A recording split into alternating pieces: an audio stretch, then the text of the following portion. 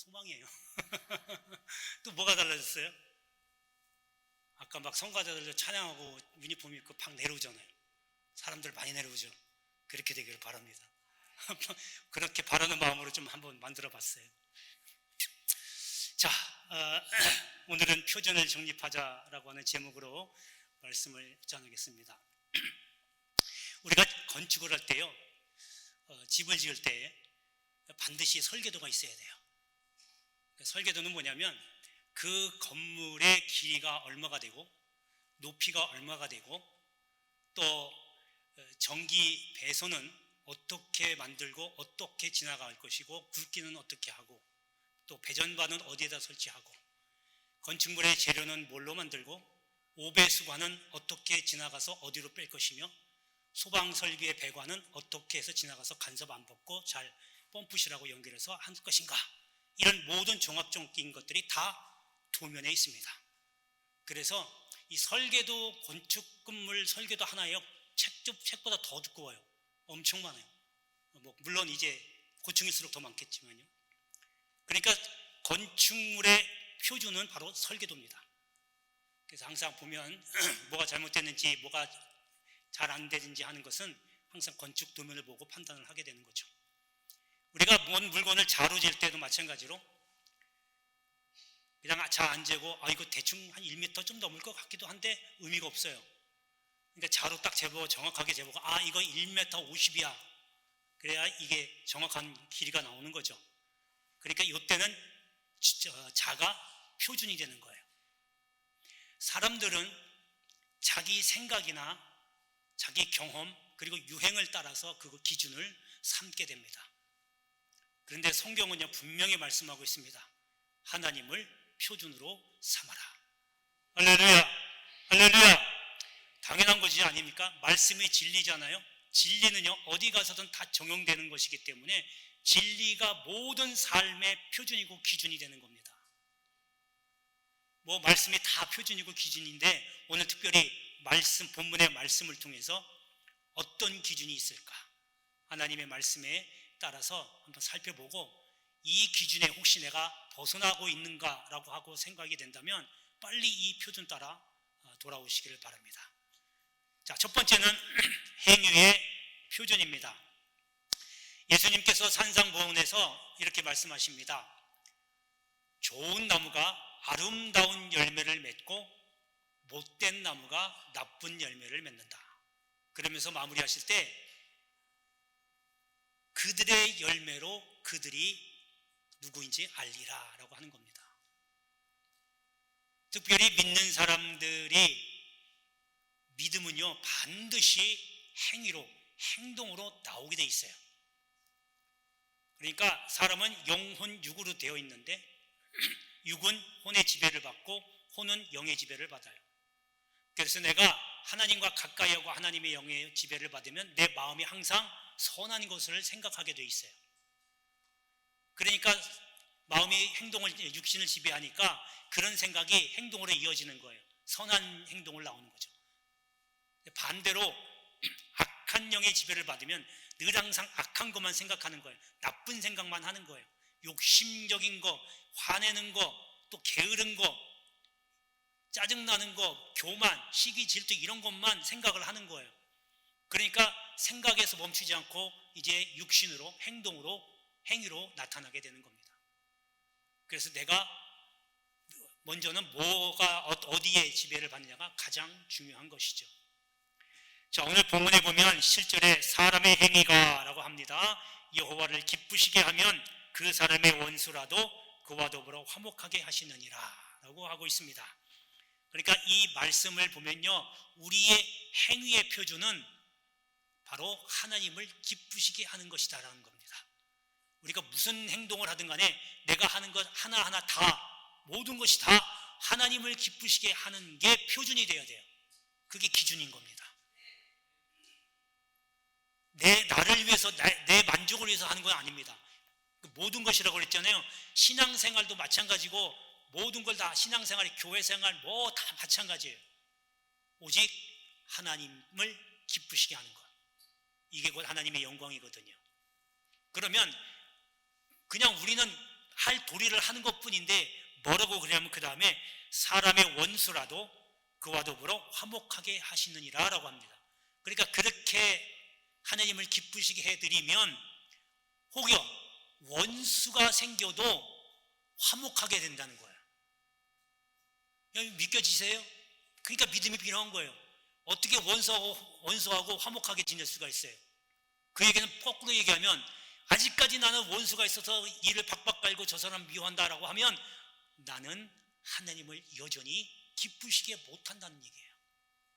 그 얘기 쓴즉 하나님의 영광을 위해서 살라고 이 땅에 보내줬는데 나는 그 사명을 지금 다 못하고 있다 그겁니다. 그러니까 먼저는 원수와 더불어 화목하는 것도 중요하지만 먼저는 하나님을 기쁘시게 하십시오. 뭐 다 거기 포함되어 있는 거야. 오늘 저 제목도 표도 용서라는 것도 하나님을 기쁘시게 하는 일이거든요. 그러면 화해가 다 된다는 거죠. 이런 표준으로 삼고 하나님을 기쁘시게 하기를 주의 이름으로 축복합니다. 자, 두 번째는요, 소득의 표준입니다. 우리가요, 믿는 사람들이 재물에 대해서 확실한 가치관을 갖고 있어야 돼요. 재물은 선한 것도 아니고 악한 것도 아닙니다. 마치 칼과 똑같은 거예요. 칼이 강도의 손에 쥐어지면 사람의 물건을 빼앗고 목숨을 위협하는 악한 도구가 됩니다. 그런데 그 칼이 의사의 손에 쥐어지면 사람의 생명을 살리는 선한 도구가 되는 것이죠. 그래서 재물도 마찬가지로 불의하게 벌면 불의한 것이 되는 거예요. 그걸 잘못되게 나쁘게 쓰면 나쁜 게 되는 거예요. 하지만 그 재물을 선하게 쓰면 재물이 선한 것이 되는 겁니다. 오늘 본문에 보면요, 그 표준이 나옵니다. 8절에 적은 소득이 공의를 겸하면 많은 소득이 불의를 겸한 것보다 나으니라. 자, 이 말은요, 내가 정직하게 벌었어요. 그리고 정직하게 썼어요. 근데 가난해요. 차라리 그게 낫다는 거예요.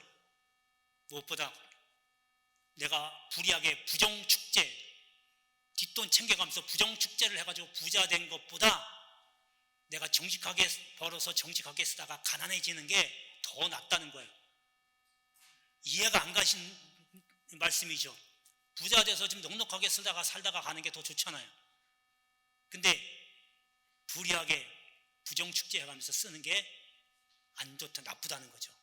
왜냐하면 성경에는 그러거든요. 재물은 불의한 재물, 선하게 벌은 재물이 아니라 부정축제나 다른 불의한 방법으로 벌은 재물은 날개가 달려서 독수리처럼 날아간답니다. 그러니까 쉬 없어진다는 거예요. 여러분은 어떤 걸 선택할지 모르지만 이게 바로 하나님의 표준입니다. 우리는 결과를 보잖아요. 가난하게 사는 것보다 부자로 사는 게 좋다고. 물론 정직하게 벌어서 정직하게 쓰면서 부자 되는 게 더 좋겠죠. 금상첨화죠. 근데 그게 안 되면 차라리 가난하게 살지라도 정직하게 사는 게 더 낫다라고 하는 겁니다. 할렐루야, 할렐루야. 이게요, 성도들이 가져야 할 표준인데 이걸 잘 표준에 따라서 살면 하나님이 주시는 재물을 누릴 수 있다라고 하는 겁니다. 이러한 표준으로 살게 되기를 주의 이름으로 축원합니다. 자, 마지막 세 번째는요, 계획의 표준입니다. 앞에 좀 전에 말씀드린 대로 행위도 중요하고 소득도 중요하지만 그 가운데 더 중요한 것은 마음의 계획입니다. 아까 좀 전에 말씀드린 것처럼 내 마음이 항상 악한 것을 생각하면 악한 행동을 할 수밖에 없어요. 그러니까 선한 것을 자꾸 가지면서 선하게 생각을 해야 선한 것을 행하게 되죠. 그 얘기는 뭐냐면요, 내가 저 사람이 유행하는 걸 가지고 있는 옷을 입고 있는데 나도 갖고 싶어. 근데 내가 돈이 없어. 저 사람 걸 어떻게든, 아니면 저 사람 팔고 있는 가게 가서 몰래 훔쳐야 되겠다 생각을 하는 거예요. 생각만 하는 거예요. 그럼 그걸로 끝나느냐? 그걸로 끝나는 게 아니라는 거죠, 대부분. 왜냐하면 이제 그다음부터 계획을 세웁니다. 저걸 끝까지 내가 어떻게 해서든 가져야 돼. 그러면 그 주인이 일상을 항상 체크를 해요. 주인이 몇 시에 출근하고 몇 시에는 밥 먹으러 가고 몇 시쯤에는 자리를 비우고 몇 시에 퇴근하고 또 상가의 문은 어떻게 닫고 다 몇 달 동안 몇 주간이라도 계속 살펴보는 거죠. 그러다가 요때가 딱 좋겠다 생각을 하고 계획을 세웁니다. 계획을 세우면 그 다음에 실현 실천하는 거죠. 그러니까 나쁜 생각, 악한 생각을 했다가 악한 것으로 이어지는 거예요. 그러니까 좋은 계획을 세우면 좋은 일이 되지만 나쁜 일을 계획하면 나쁜 일이 벌어지는 거예요. 그래서 우리가 어떤 계획을 세우냐가 정말 중요합니다. 그래서 계획을 세울 때, 뭔 일을 할 때 항상 이거 이렇게 해야지. 여러분 보통은 이렇게 좀 규모가 큰 데는 그걸 문서화 시키거든요. 계획을 언제부터 시작해서 어떻게 진행을 하고 어떻게 하고 또 결과가 어떻게 나오면 피드백은 또 어떻게 하고, 이게 대부분 그렇게 하는데 우리는 대부분 살면서 그렇게까지는 안 하잖아요. 대부분 머릿속으로만 생각하는 거죠. 오늘은 몇 시에 문을 열고 뭐를 하고 어디 가서 뭘 하고 그리고 집에 와서 뭘 하고 이렇게 생각을 하거든요. 근데 그 일반적인 생각 같은데 그 생각이 아까 초반에 말씀드린 대로 내가 이렇게 하면 하나님이 기뻐하실 건가? 라고 하는 것을 생각하고 계획을 세워야 된다는 거예요. 그리고 오늘 말씀 본문에 보면 9절입니다. 사람이 마음으로 자기의 길을 계획할지라도 그의 걸음을 인도하시는 이는 여호와시냐 라고 합니다. 여러분, 물론 하나님이 모든 걸 다 인도하시지만 내가 악한 길을 간다고 해서 악한 짓을 하잖아요.